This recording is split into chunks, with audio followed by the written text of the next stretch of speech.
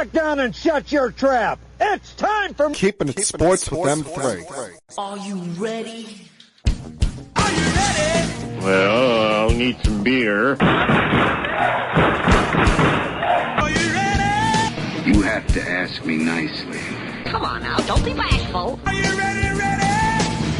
Are you ready for Place for the best sports talk and news surrounding each league. I can prove it with my usual flawless logic. Hey, man, this time we're going to do it my way. What's your name again? And now, here's your host, M3, Mike Rosansky, coming to you from Freehold, New Jersey. It's time for Keeping It Sports with M3, normally powered by the Connecticut School of Broadcasting. Good afternoon, everyone. I am, of course, your host, Mike M3 Rosansky, coming to you this week on a Tuesday, the 15th day of the month of April. Hope you're all having a great day. Hope you've all had a great beginning to this week, whatever it is you may be doing. A little bit of a questionable beginning of the week for yours truly, because as you can see, I'm recording this podcast today on a Tuesday rather than normal midday Mondays. Had to make a little bit of an emergency trip to the vet with my dog yesterday. I'll admit I was more than a wee bit concerned over the weekend because my dog, if you follow me on social media, Brock is amongst the most important living beings in my life. But thankfully, we can sit here today and say that Brock is feeling better, doing better, and will soon be on a quick road to recovery as far as the little nagging injury that he's dealing with in his back right now. Thankfully, that is something I don't have to think too much about, at least for the next hour. Can take my mind off of that and pay attention to the sports world here. Talk about the start that the Mets and Yankees have gotten off to. Talk about the draft coming up next week in the NFL and how we may have the most indecisive, at least when it comes to scouts and teams, about a prospect that we've ever had, at least in my lifetime. But of course, today I'm going to start with talking about what is about to begin. The odyssey that we are about to go on, and that is, of course, the NBA postseason.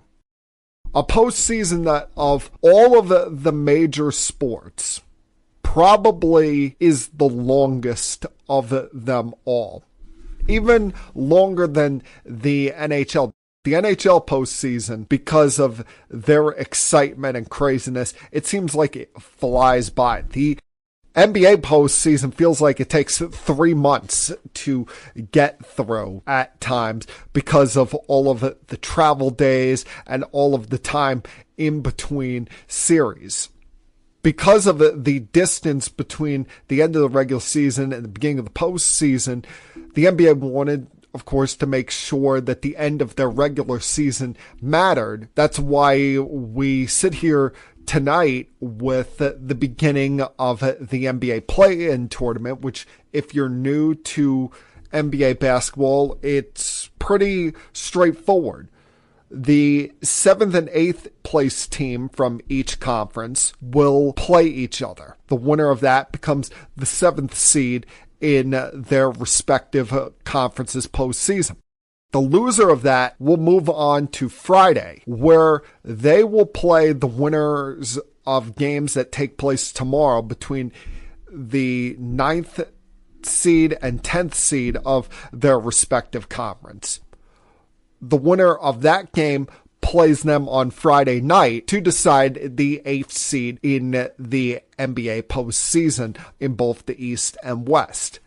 I understand why the NBA went about in adding this, because, as I said, you had so much drama going into Sunday. You literally had 5 teams that could either be the 4 seed or would be playing in the NBA play-in tournament. You had so much in the air when it came to what was going to happen between the Warriors, Grizzlies, Clippers, Timberwolves, and the Nuggets.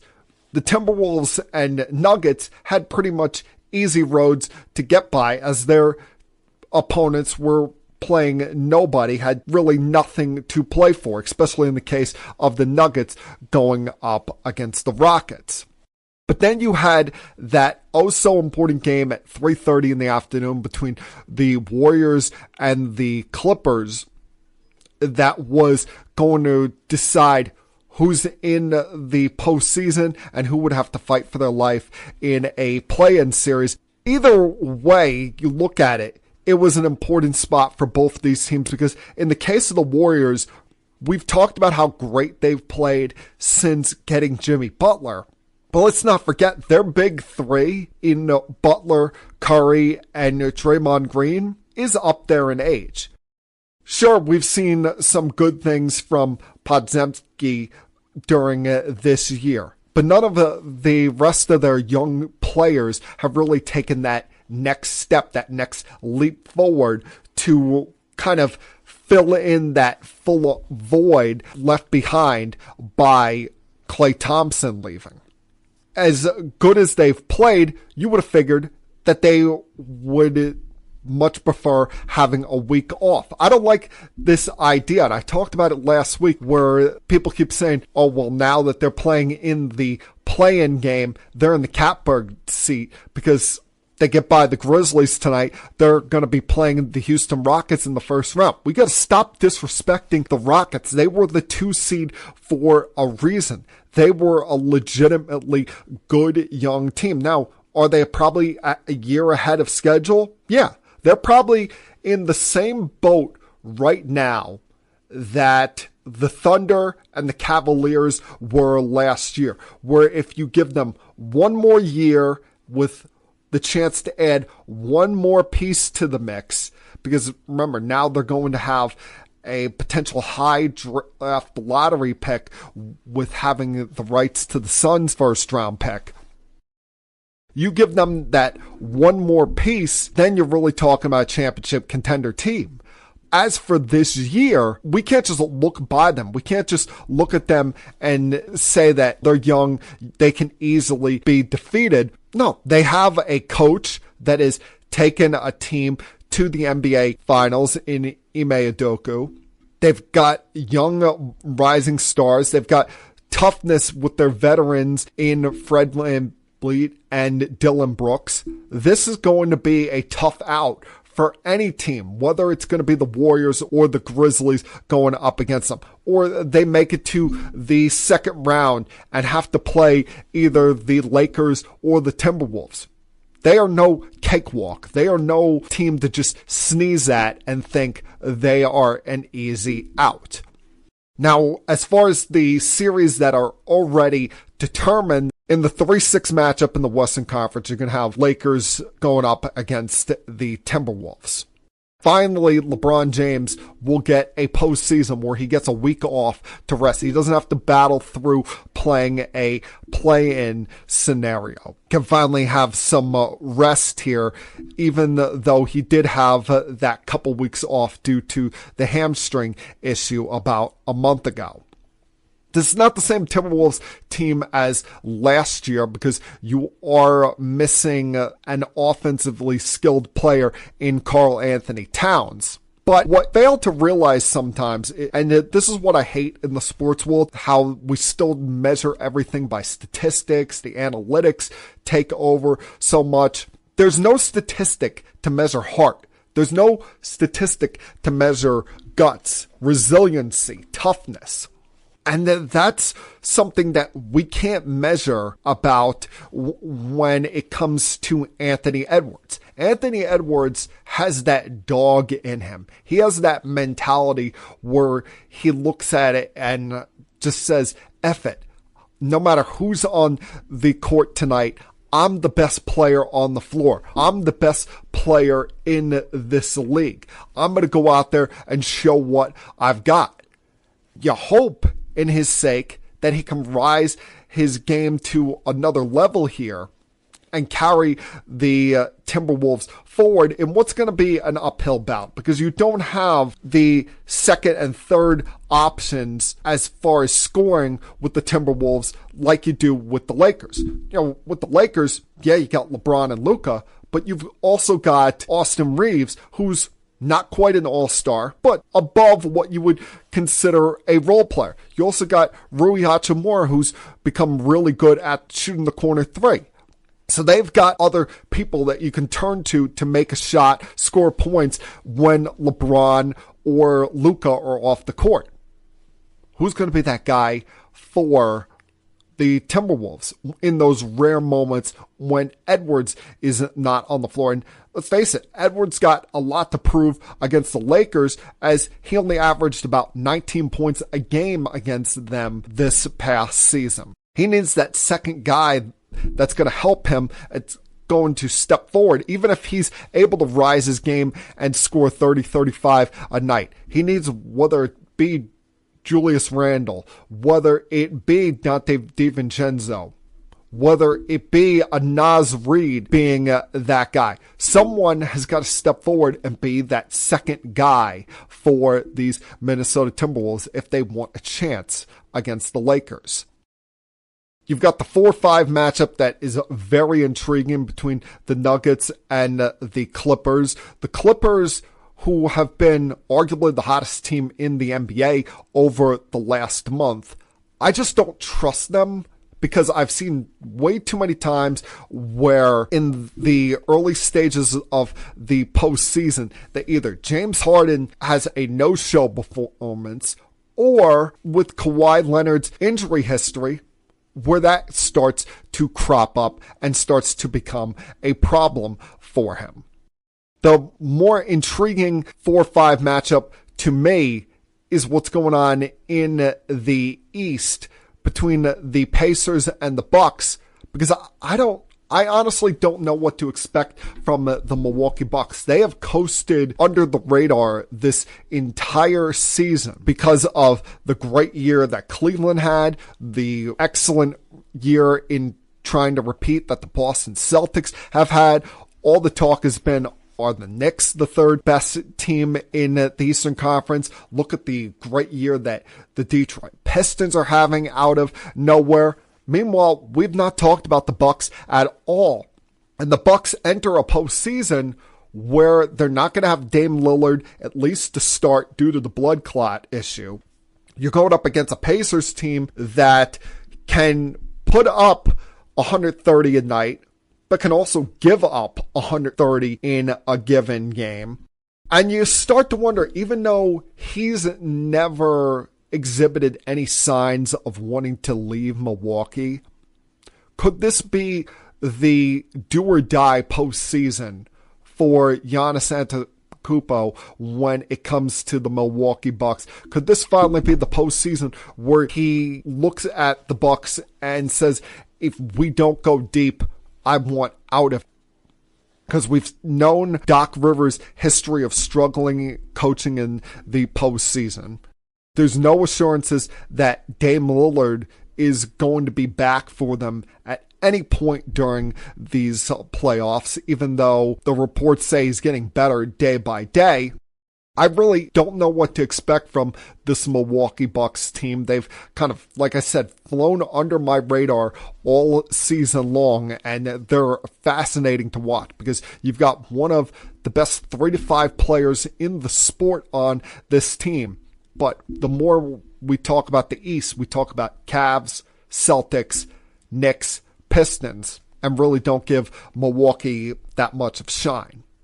And speaking of those Knicks fans have been driving themselves crazy all season because while they had a very good regular season, it was a very uneven regular season because of the fact that they couldn't beat good teams. They were 0-10 against the Cavs, Celtics, and Thunder. And more importantly, as we look forward over the next couple days, they were 1-3 against their upcoming opponent in this postseason, the Detroit Pistons. And I look at this Detroit Pistons team the same way I look at the Rockets, where they're possibly a year away or one more piece away from being a championship contender. But we can't overlook them because this Detroit Pistons team has what the Knicks were last year. You look at this Knicks roster. Offensively, they're certainly more talented than they were last year. When you add in a Karl Anthony Towns, when you add in a Mikal Bridges to go along with Jalen Brunson, when you see the offensive uprising that OG Anunoby has had over the last month and a half. But all year long, there has been one missing ingredient from this Knicks team, and that's grit. They have been lacking that grit that they had last year, where maybe they weren't going to bludgeon you offensively, but you knew that it was going to be 48 minutes of hell. And at times it came to their detriment. You saw how they were the walking wounded in the postseason, leaving themselves very vulnerable going up against the Pacers in losing a Game 7 at Madison Square Garden in the second round last year. But they lack that grit that the Detroit Pistons have outside of one guy, a guy that really doesn't play much outside of the last couple of games of this regular season. A veteran that they signed late in the year that many people didn't think much of the signing at the time, but it's PJ Tucker.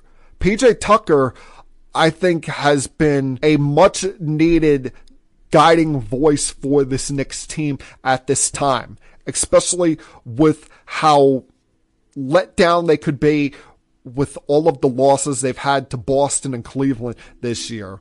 And then some of the just gag jobs they've had in the last couple of weeks. He's called this team out, including last week. He did an interview with Stephen Bondy after their loss to the Detroit Pistons, saying, quote, "They just out-toughed us." They did. The whole fourth quarter. We kept it close, but they out-toughed us. That's something we got to address. I just feel like down in the trenches like that in the playoffs this year, they're not calling nothing. They're going to let a lot of stuff go right now, and I like it. The refs are letting a lot of stuff go both ways. With that happening, guys got to play differently. We got to play differently. We got to toughen up. It's more physical. We've got to toughen up.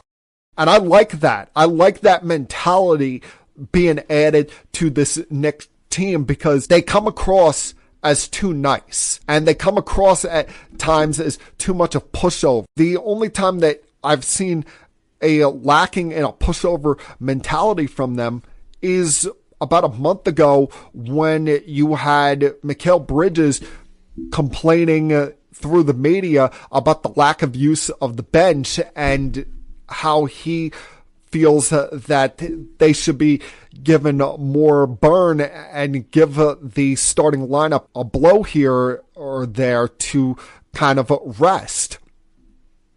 But you need that veteran. You need that guy that is going to maybe not play a lot, but will come into the locker room that has experience and be willing to get in guys' faces. Be willing to lead a shouting matchup in a team meeting and say that this crap is not acceptable.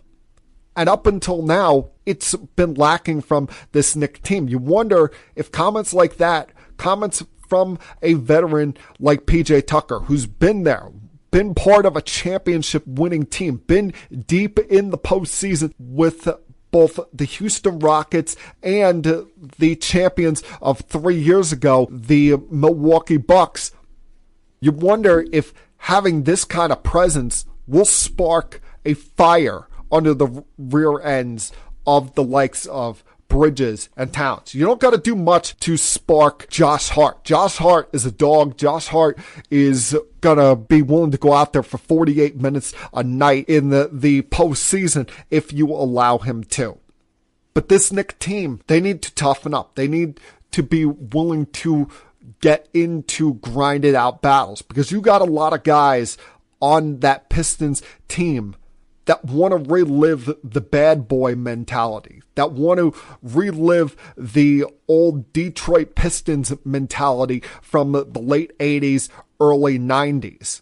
The Knicks have to be ready for it. They need to be ready for it, because this is not some typical 6 seed where you can think that you're just going to walk by them. The Knicks have not earned the right to look by any team this year, especially with how they've come up short against the teams that are at the top of these respective conferences and have struggled against their upcoming opponent.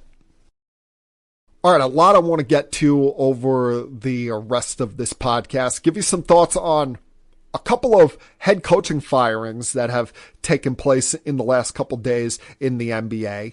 Give you some thoughts on Major League Baseball with some comments made by Juan Soto in the last day or so. Mixing some thoughts on the Giants and the possibility that maybe they're the ones that draft Shedeur Sanders next week, or could another team sneak in there with some news that has come up in the last week or so? So a lot to get to over the next about 40 minutes here. Glad you guys could join me this week. And as I tell you each and every single week this time, please sit back, relax, hell, put your feet up if you feel like it, and continue keeping it sports with M3. I'll be back.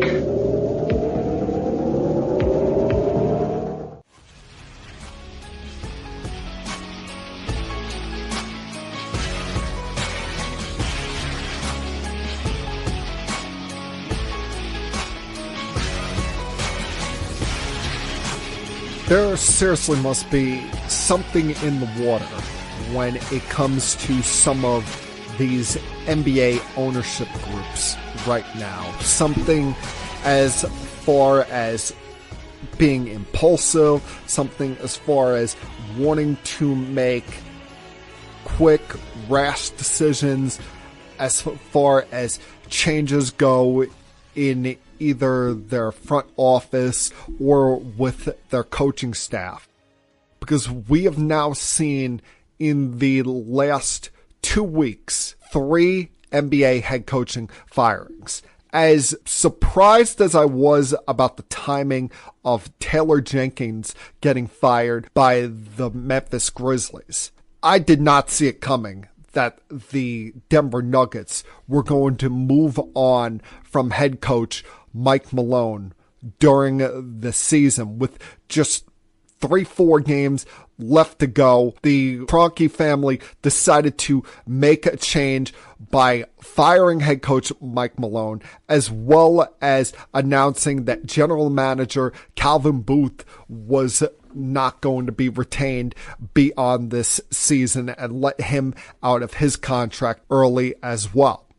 It was well known within NBA circles that these two did not love each other. These two butted heads on quite a few occasions, especially after this team won the NBA championship 2 years ago. There's a lot of people out there that will tell you that coming into this year, there was a growing tension.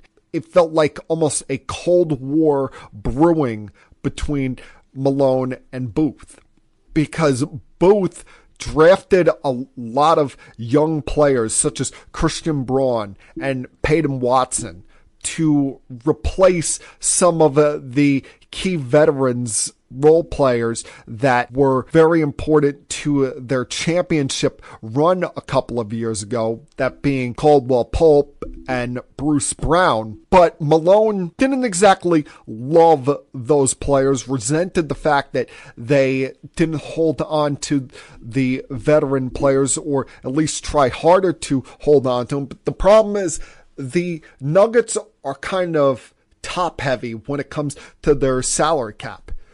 You've, of course, got probably the best player on the planet in Nikola Jokic. You're paying him big-time money, and he's due another contract extension coming up this summer. But you're also paying big money to Jamal Murray, who's a good, not great number 2 option, and star-level money to the likes of Aaron Gordon and Michael Porter Jr. when Aaron Gordon, nice starter in this league, but hasn't exactly filled that all-star level bill consistently. And Michael Porter Jr., his availability is his worst ability and hasn't been consistently out there enough for them to truly trust as far as a potential Big Four is concerned.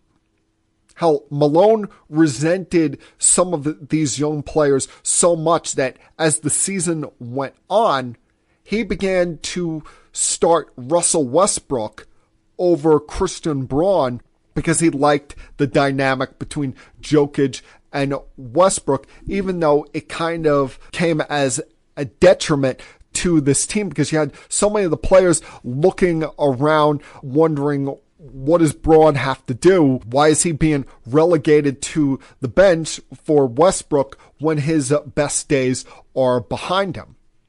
I think that in making this decision, it was kind of a rash decision. It wasn't a overtime decision. It was more of overreacting to the fact that this team had not played well since the All-Star break, had been under 500 since the break, going 11-13 after being 17 games over 500 at the break and being third in the Western Conference, now finishing at 50-32 and just barely escaping playing in the play-in. And you're firing a coach here that gave your organization the greatest success they've ever had.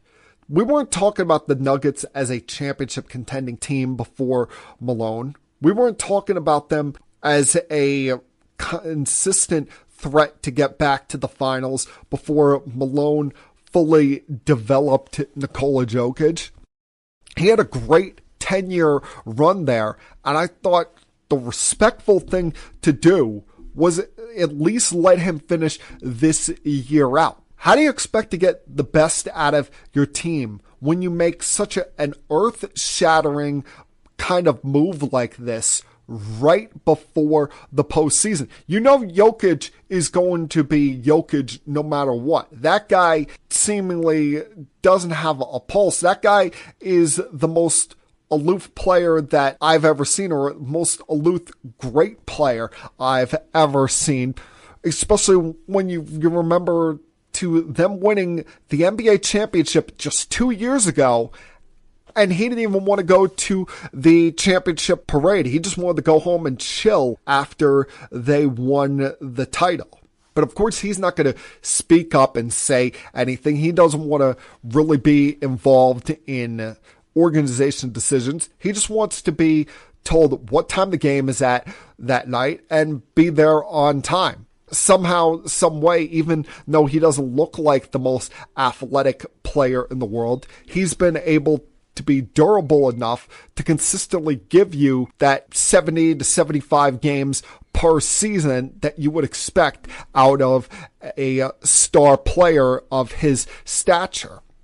But you really think that making a change like this is going to rise the game of Aaron Gordon or Michael Porter, or going to rise the game of Jamal Murray, even though we've seen Jamal Murray do great things in the postseason before? Remember, he is coming off of a hamstring issue that cost him a good chunk of this second half of this season.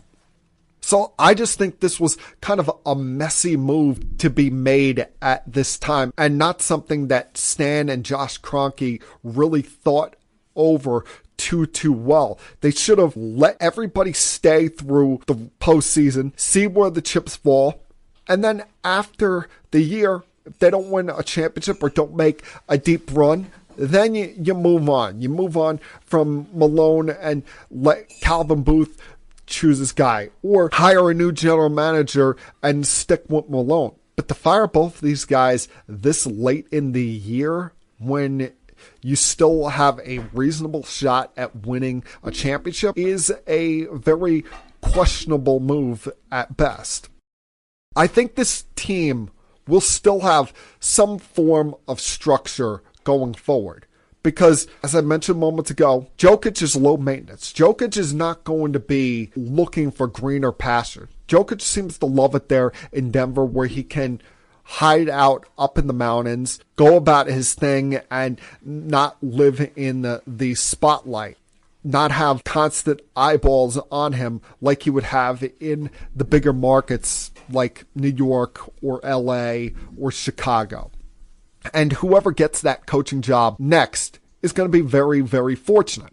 But whoever gets the coaching job next in Phoenix, it's a buyer beware situation, if you want to call it that. Because after one season, they decide to fire Mike Budenholzer. And I think it's very irresponsible of anybody to place the blame of what happened with the Phoenix Suns this year on Mike Budenholzer, especially when you consider Kevin Durant twice missed chunks of time due to injury. And that threesome there with Durant, Booker, and Bradley Beal just never gelled together. Plus, you look at this organization and how they handle things. The press release that they put out to announce the firing of Mike Budenholzer tells you all you need to know about owner Matt Ishbia and how things are run with the Phoenix Suns. Their press release said, quote, "Competing at the highest level remains our goal. We failed to meet expectations this season. Our fans deserve better. Change is needed." Typically, when you see a head coach get fired in the press release, you see them say, "We'd like to say thank you to so-and-so for their effort and dedication to this organization and all of the hard work that they put forward here." But nowhere in this statement do you have any thank yous or appreciations toward Mike Budenholzer. And when you look at this franchise, it is the third year in a row they are firing their head coach. First it was Monty Williams, then it was Frank Vogel, now it's Mike Budenholzer. And this is going to be now 5 times in the last 8 years they go into an off season looking for a new head coach. And what's the most consistent thing here when it comes to the Phoenix Suns? It's their owner, Matt Ishbia, and his immaturity and his constant meddling here, his constant impatience and looking for change. Yes, they had the highest luxury tax in the sport this year. They had the highest salary team-wise in the sport this year.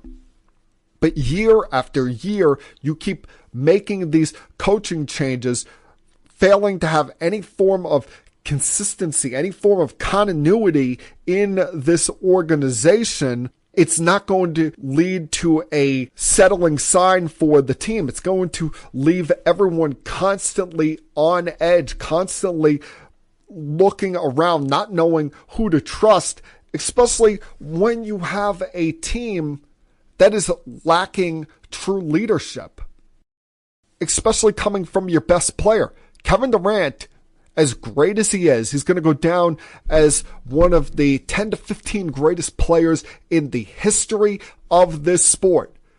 Kevin Durant is not a leader. Look at everywhere he's been. He never took leadership or ownership in OKC. He was the ultimate follower and hanger-on by jumping onto the Golden State Warriors bandwagon and joining them in the midst of their dynasty. He then latches on to Kyrie Irving in Brooklyn, and we saw what a disaster that turned out to be, how in 3 years playing together, that pairing only won one playoff series. And then he forces his way to Phoenix, where now, once again, he's getting a head coach fired. When is he ever going to accept any responsibility? When is he ever going to accept any leadership? Now we're heading into another offseason where he's going to be looking to move on. He's going to be looking to go somewhere else, latch himself on somewhere. Could it be one of his former stopping grounds, Golden State or OKC? I'll be honest with you, if I'm the Oklahoma City Thunder, despite how many high draft picks I have in this cavalcade of draft picks to trade, because they're not going to use all of them. They're going to trade one or two for a big piece at some point. I would have to really, really think hard before I consider bringing this guy back into my organization, because he's going to be, 37 next year. He can't seem to go through a season with having some kind of a nagging injury. And when the chips are down, he's the last guy you can look toward for leadership. He's the last guy that you can look toward to really rise the group up and say, hey guys, this is unacceptable. We got to do better. We got to do our part and support this organization, support this coach, support this fan base, and not just accept the same old shit that goes on here. Now you're looking at a Phoenix team where I really don't know where they go from here, because they've given up so much draft capital in the last couple of years to get Durant. You have one of the worst contracts in the NBA in Bradley Beal that no one's going to want to take. Plus, he has a no trade clause.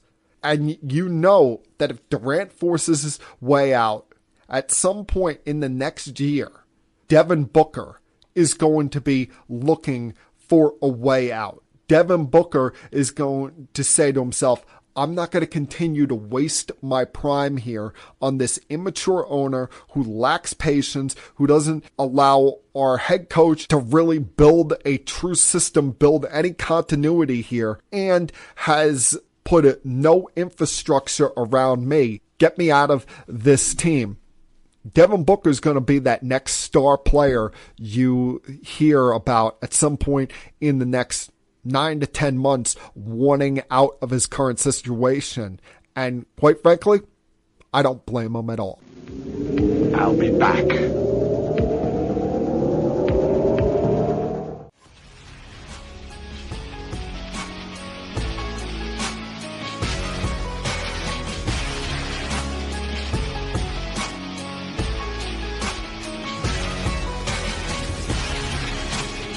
I've mentioned recently the issues that I have with the college sports landscape right now. The biggest problem I have is, while I'm all for the athletes getting some kind of income on their name, likeness, image, it shouldn't just be the school that is making buck off them. They should be allowed to be commercialized if necessary, have their faces on posters and make some kind of income from that, be featured in video games, you name it. They should get something in return for their name, likeness, image. But I don't like how it's become the wild, wild west out there. I don't like how there's no rules behind it. I don't like where you see a player come straight out of high school and they make a decision on a school that they're going to based on some booster willing to throw $5 to $6 million at them before they've even accomplished a thing. Or where you're seeing these kids that are seemingly happy at one school, but then a booster gets in their ear or their agent's ear and is willing to throw money at them. Or like what we're now seeing from the now former Tennessee starting quarterback, Nico Iamaleava, I believe his last name's pronounced.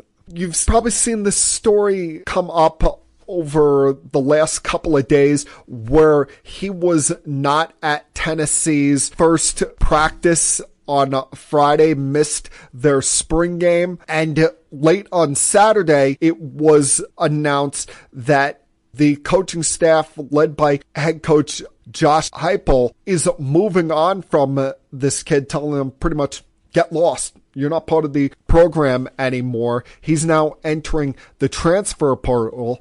And the reason for his no-show is because his representation has asked for the school to raise up his NIL deal from the $4 million range that it already was at up to somewhere in the $6 to $8 million range, even though he's been making money from the program since the moment that he left high school. All of this is completely messy, and this is a situation that could have been avoided a long time ago, if not for the now former president of the NCAA, Mark Emmert, and all of these college athletic directors and head of these conferences having their heads straight up their ass. They knew for a long time that there were boosters giving improper benefits to kids. I mean, the most famous one, of course, is Reggie Bush, and that's why for a long time he lost his Heisman Trophy award. Hell, we've even seen teams over the years vacate wins and vacate conference banners because of seasons being penalized or punished for kids getting improper benefits. And you could have solved this problem a long time ago by creating some kind of NIL salary cap for all of these programs, rather than, as I described it, the wild, wild west that it has become. You're already seeing these programs now having to hire general managers so that they can deal with all of these athletes in not just football, but all across their athletic department, and deal with their financial representations, their agents, their families. It's just become one big mess. And while the kid comes off looking bad here because he had already gotten paid and now is almost looking for a salary raise to continue playing there after he had a pretty good season. He even led Tennessee to the college football playoff. This problem could have been avoided long ago if college football wasn't so up their ass and realize that maybe we can turn this negative into a positive. Now it's just become one big out of control situation. We are now just 9 days away from the NFL draft. And if I'm forgetting someone, I apologize, but I cannot remember a more polarizing draft pick than Shedeur Sanders heading into a draft. You look at Shedeur Sanders. Coming into this offseason, there was debate on who was going to be the first quarterback taken. Was it going to be Shedeur or was it going to be Cam Ward? Well, Cam Ward has seemingly passed him by, and in all likelihood, unless there's some big giant brain fart next Thursday night, the Tennessee Titans are going to select him first overall.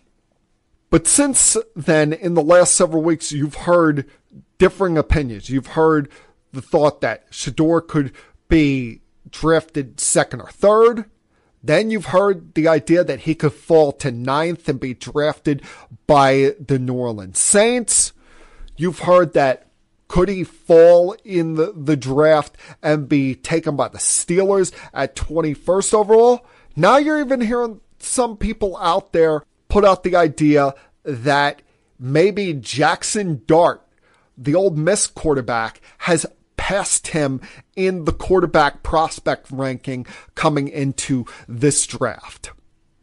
I got to see that to actually believe it, that Dart is going to be taken ahead of Shedeur, especially when you consider coming into this offseason, Jackson Dart was viewed as a mid-second round draft pick. But it's become one of the most fascinating things to see coming into this draft. And now we've added a little wrinkle to it in the last, I would say, about 12 to 18 hours, as the reports are starting to circulate that the Giants will hold one more private workout with Shedeur Sanders this coming Thursday, after they had sent a large group of their organization to Colorado for his pro day earlier this month. Now, to me, this comes across as one big giant smokescreen, because while I believe the Giants at some point in this draft are going to select a quarterback, what would be the point of selecting a quarterback with the 3rd overall pick in this draft, especially after you have signed Russell Wilson, you signed Jameis Winston? He would be at best sitting behind Wilson as the backup. And you have, as we've mentioned many times here before, a head coach and general manager in Brian Daboll and Joe Schoen that are on the hot seat, that need to win games now and may not see beyond this year. I think this is a smokescreen because the Giants are looking around and saying, all right, we see some interesting things starting to crop up in this draft. Some interesting things that could work in our benefit. Whether it be the continued indecisiveness of Aaron Rodgers and how there's still no deal made between Rodgers and the Steelers. I thought that there was the potential of an announcement last week when his buddy Pat McAfee was having that big event on Hulu, but he never showed up. Seemingly everybody in the world other than Aaron Rodgers showed up, and it's clear to me that Aaron Rodgers is still all up in his feelings because the Minnesota Vikings don't want him. Then there's also the possibility of the Giants looking to swindle and take advantage of the New Orleans Saints. And that is something that I think we really need to look at there. Because while in a perfect world you wouldn't want to drop from 3 to 9, you could get a lot of draft capital back from them. And the Saints could be in a very desperate situation right now, especially after the news that broke late last week that they may be without Derek Carr this coming season. Something has happened recently where his status for the 2025 season is in jeopardy due to a shoulder injury. It's the same shoulder that he dealt with injury problems back in 2023, but didn't miss any games then. He's also coming off a year where he missed the final 7 games due to oblique and hand injuries, and they're under no contractual obligations to him after 2025. Looking at their quarterback room, they may want to hit the reset button. They do have a new head coach in there, so they may want to just say, all right, we'll draft a new young quarterback and build around him. They still have about $27 million in cap space available, and I don't think Aaron Rodgers is going to be looking to go there. Everyone that's out there that's saying the Giants are taking Shedeur Sanders, I think they're quickly overreacting. This is, to me, all just a smokescreen to try to get someone to bite at completing a trade with them, wanting to build up more draft assets, more draft possibilities for them in a year where they need to win games. They desperately need to win games. They need to be, at worst, a respectable team. And you're going to have most of that defense back healthy, ready to go. You still have some representable wide receivers behind Malik Neighbors on that squad. And I'm not sure if you want to use a 3rd overall draft pick and attach it to the head coach and general manager when they're on the hot seat. Because if they get axed after this year, then you're placing the next head coach in a bad situation because he's tied to a quarterback now that he had no choice over, that he had no selection over. I could be proven wrong here, but I sincerely doubt that this has anything to do about the Giants' increased interest in Shedeur Sanders and more to do with trying to get someone to be antsy behind them, trade up, and give them more draft pieces to make the Giants better sooner rather than later. I'll be back.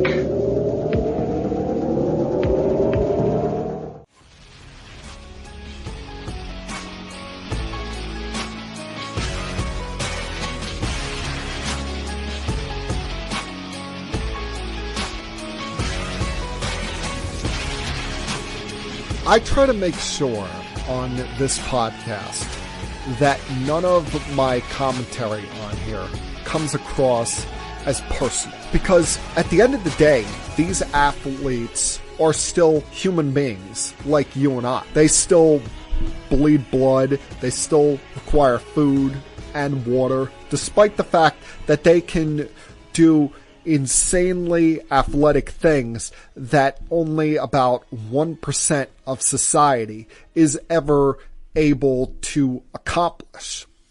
Despite their greatness, their talent on the field, we don't know them as a person. We don't know them personally. We don't know what is going on in their life, what makes them churn, what motivates them.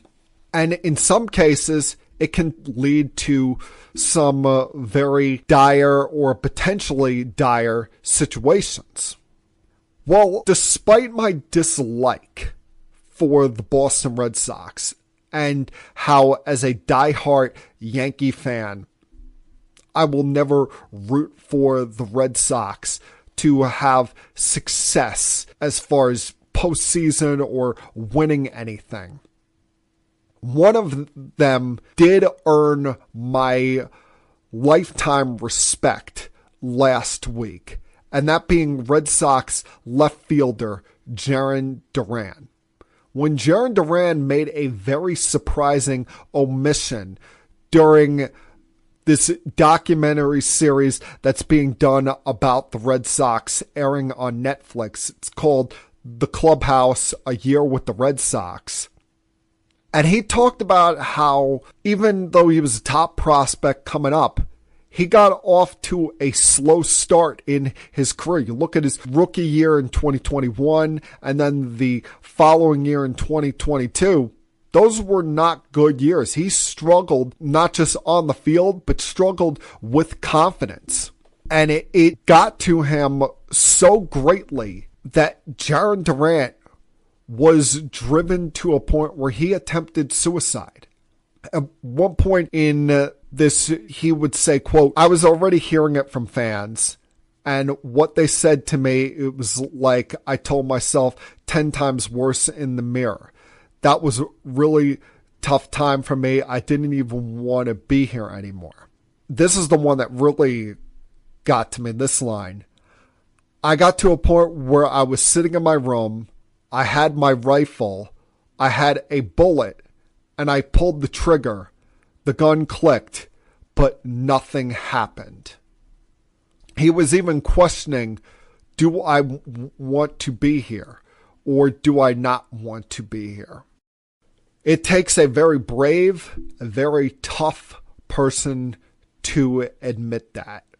To have the courage to come out with a story like this on such a public platform, such as a documentary series on Netflix. And a story like this shows that mental health issues can come upon anyone. Mental health struggles can happen to anyone, whether you're a professional athlete or whether you're just the average Joe living paycheck to paycheck.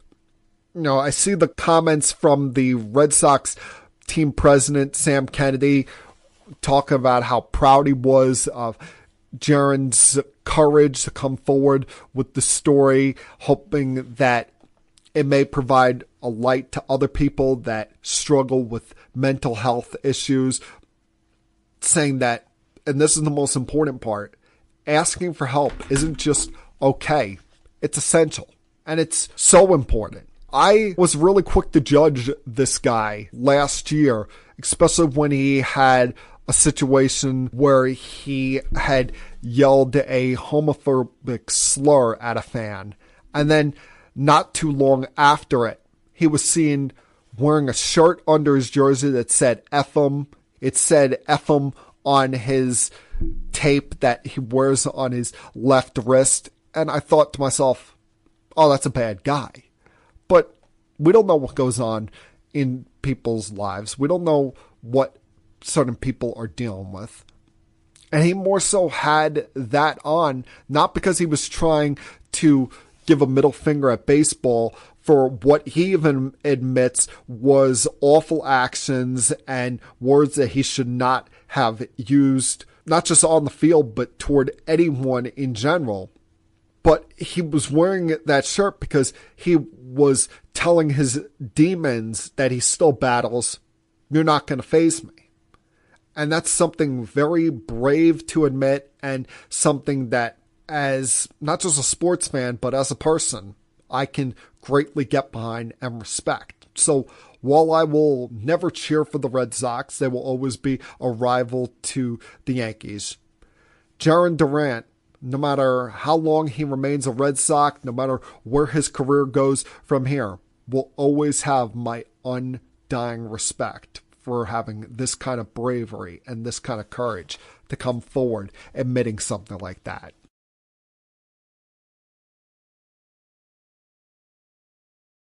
I have said before that Mets-Yankees is not a rivalry.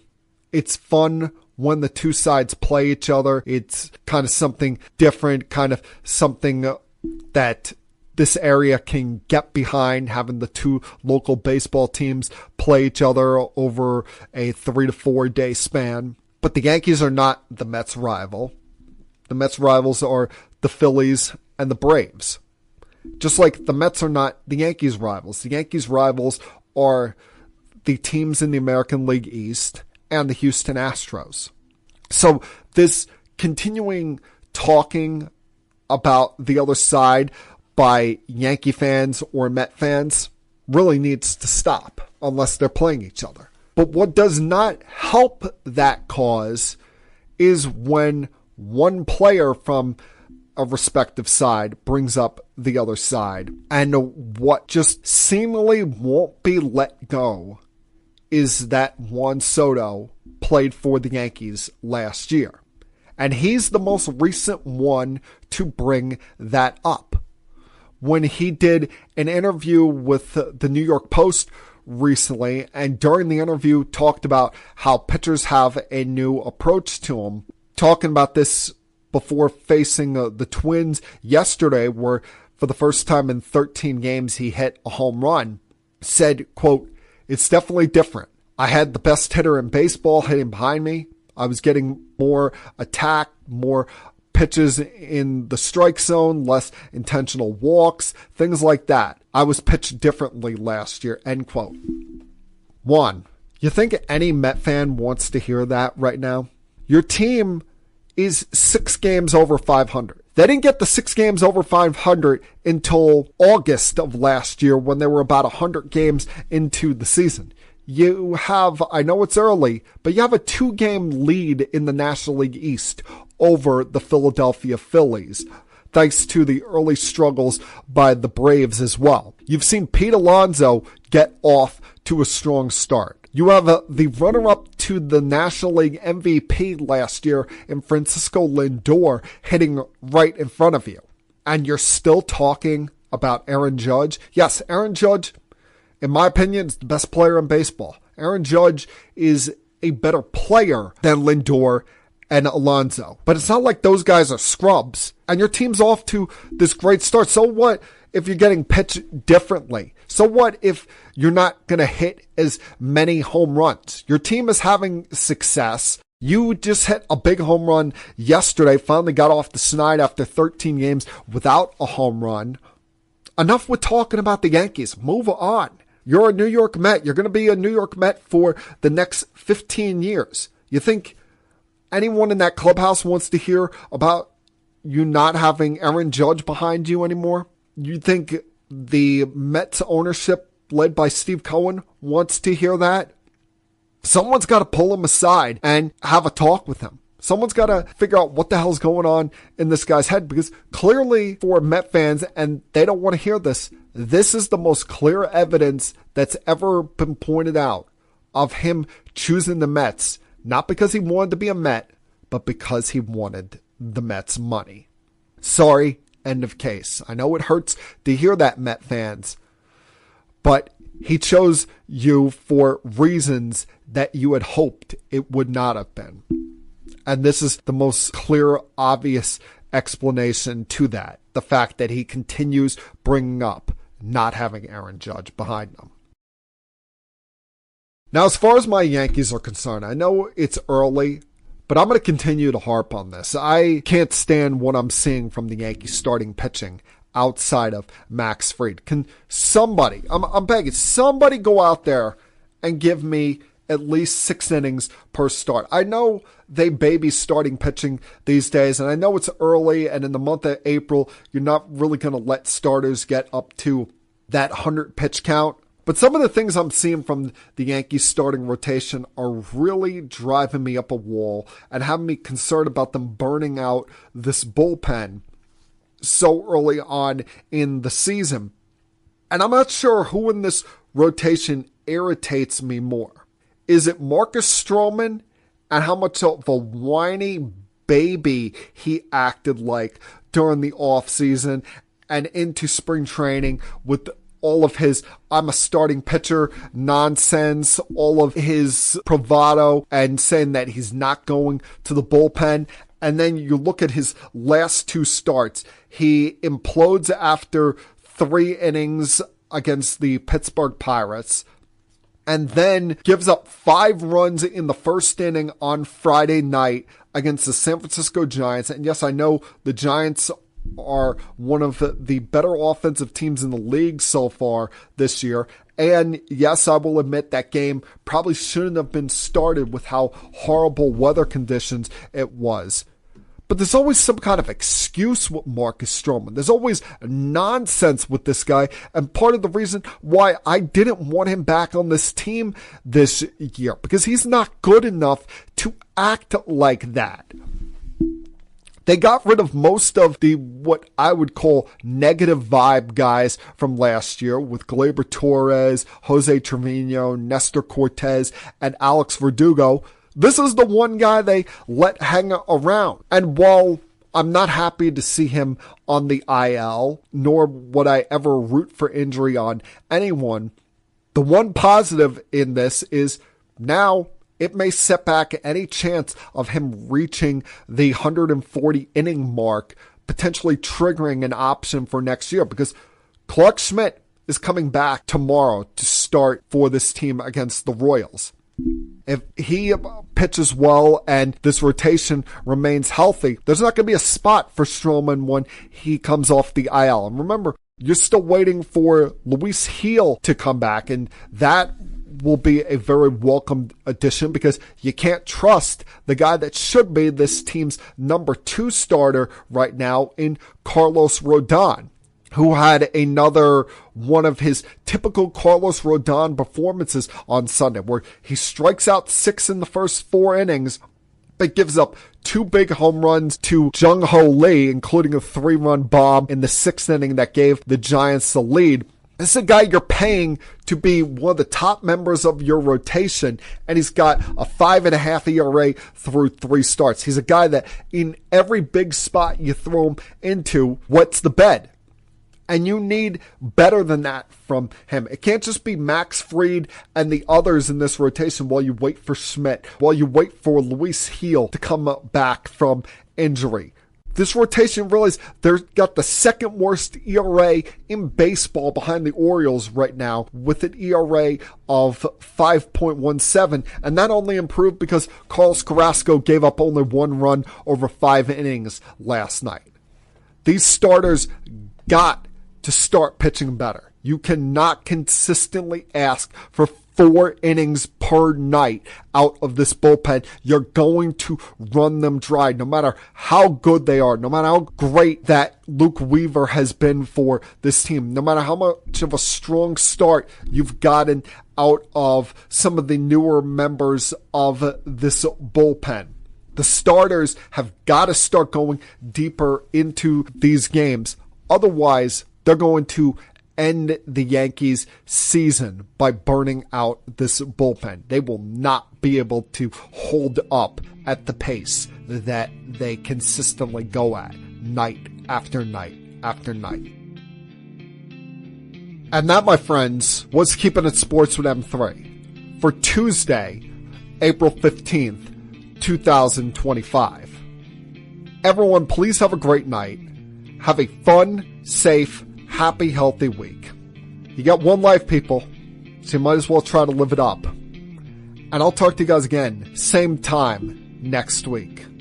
Until then, peace. We have to go. Good night, everybody. I have had enough of you!